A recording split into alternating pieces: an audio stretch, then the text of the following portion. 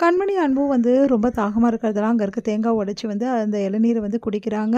அடுத்து என்ன பண்றது? எப்படி இங்கேருந்து தப்பிக்கிறது? ஒண்ணும் புரியலையே! அப்படின்னு சொல்லிட்டு 2 பேரும் யோசிச்சுட்டு இருக்காங்க. சரிங்க. எனக்கு இளநீர் குடிச்சதுக்கு தூக்கமா வருது அப்படின்னு சொல்றாங்க. நெறைய குடிச்சுட்டேங்க. அதனால ரொம்ப சோர்வா இருக்கு. படுத்துக்கட்டுமான்னாங்க. படுத்துக்கோ கண்மணி அப்படின்னோனே, எங்க? அப்படின்னோனே, வேற எங்க? என்னோட மடியில தான் அப்படின்றாங்க. சிரிக்கிறாங்க கண்மணி. படுத்துக்கோ அப்படின்னோனே, சரின்னு சொல்லிட்டு கண்மணியும் அவரோட மடியில படுத்துக்கிறாங்க.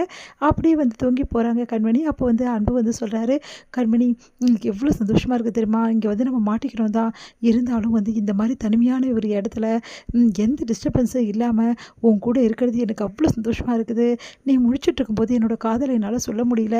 அதனால தூங்கிட்டு இருக்கும்போது நான் சொல்றேன், I love you Kanmani. I love you very much. உன்னை நான் அவ்வளோ நேசிக்கிறேன் தெரியுமா? உன்னை எப்படிலாம் நான் நேசிக்கிறேன், எப்படிலாம் என் மனசுல வச்சிருக்கேன் அப்படின்னு சொல்லிட்டு எல்லா விஷயத்தையும் இந்த தீவுல சொல்றதுக்கு தான் உன்னை கூட்டிட்டு வந்தேன். பார்த்தா நம்ம இங்க மாட்டிக்கிட்டோம். இது எப்படி நடக்க போகுதுன்னு ஒன்றுமே புரியல. ஆனால் எனக்கு நாளைக்கு பிறந்த நாள். அதுக்குள்ளேயும் உன்கிட்ட நான் எல்லா விஷயத்தையும் சொல்லிடுவேன். அது மட்டும் கிடையாது, என் பிறந்த நாள் அப்போ நீயும் நானும் இங்கேருந்து போகும்போது 2 பேரும் மனசு ஒருத்த தம்பதியாக தான் போவோம் அப்படின்னு சொல்லிட்டு இருக்காரு. அதையெல்லாம் கேட்டுட்டு சினுங்குறாங்க. ஐயோ சினுங்குறாளே அப்படின்னு சொல்லிட்டு, அன்பு மாட்டிக்காத, சொல்லும்போது செம்ம சுச்சுவேஷனாக சொல்லணும். அதை விட்டுட்டு ஏனோ தானோ சொன்னால் இப்படி அப்படின்னு சொல்லிட்டு யோசிக்கிறாங்க. என்ன அன்பு ஏதாவது சொன்னீங்களா அப்படின்னோடனே, ஒன்றும் இல்லை.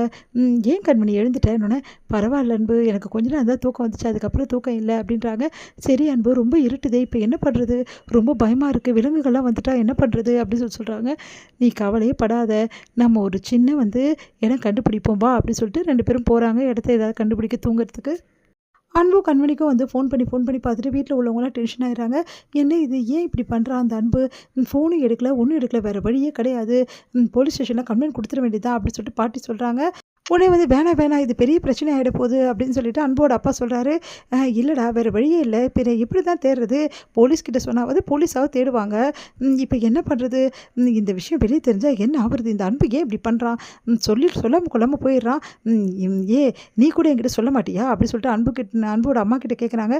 நீயாவது என்கிட்ட ஒரு வார்த்தை ஃபோன் பண்ணி சொல்லியிருக்கலாம்ல, ஏன் இப்படி இருக்க அப்படின்னோடனே, சாரி அத்தை, அன்பு தான் நான் சர்ப்ரைஸாக கண்மணி கூட்டிகிட்டு போகிறேன், அதனால் யாருக்கும் எதுவும் சொல்லலைன்னு சொன்னால் எவ்வளோ கேட்டு பார்த்தேன், சொல்ல மாட்டேன்னு சொல்லிட்டான். பெரிய சர்ப்ரைஸ்ன்னு சொல்லிட்டு இப்போது ஒன்றுமே இல்லாமல் இருக்கான், ஒரு ஃபோன் கூட பண்ணல அப்படின்னு சொல்லிட்டு செமையாக டென்ஷன் ஆகிடுறாங்க.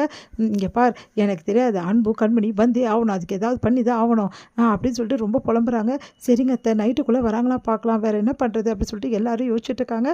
மறுபடியும் கால் பண்ணி பார்க்குறாங்க, எடுக்கலாம்னு செம்ம டென்ஷன் ஆகிடுறாங்க. இங்கே அன்பு என்ன பண்ணுறாரு, ஒரு இடத்த கண்டுபிடிச்சி அந்த இடத்துல அழகாக என்ன பண்ணுறாரு, அங்கே இருக்க அந்த ஓலையெல்லாம் வடித்து ஒரு குடிசை மாதிரி சூப்பராக செட் பண்ணிடுறாரு. அடுத்து பக்கத்துலேயே என்ன பண்ணுறாரு, நெருப்பு மூட்டுறாரு.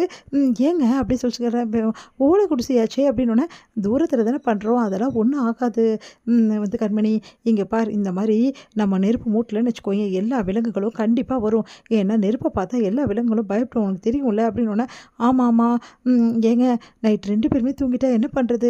நீ கவலைப்படாத கண்மணி, நீ தூங்கு, நான் முழிச்சிட்டு இருக்கேன். இல்லை, உங்களுக்கே ப்ராப்ளம் இருக்குல்ல, உங்களுக்கு உடம்பு சரியில்லாமல் ஆகிடுங்க, அதனால் நீங்கள் தூங்குங்க, நான் முழிச்சிட்ருக்கேன். இல்லை நான் தான் தூங்குவேன், இல்லை நான் தான் முழிச்சிட்ருப்பேன், நான் தான் 2 பேரும். சரி ஓகே, அப்படின்னா ஒன்று பண்ணலாம், கொஞ்ச நேரம் ஒருத்தர் தூங்கலாம், ஒருத்தர் தூங்கும்போது ஒருத்தர் முடிச்சிட்ருக்கலாம், இன்னொருத்தர் தூங்கும்போது இன்னொருத்தர் முடிச்சிட்ருக்கலாம், எப்படி டீல்? சூப்பர் டீலுங்க அப்படின்றாங்க. சரி ஓகே, இப்போ யார் ஃபஸ்ட்டு தூங்குறது? நான் அதெல்லாம் தூங்கிட்டேன் மதியானம், அதனால் நீங்கள் தூங்குங்க அப்படின்றாங்க.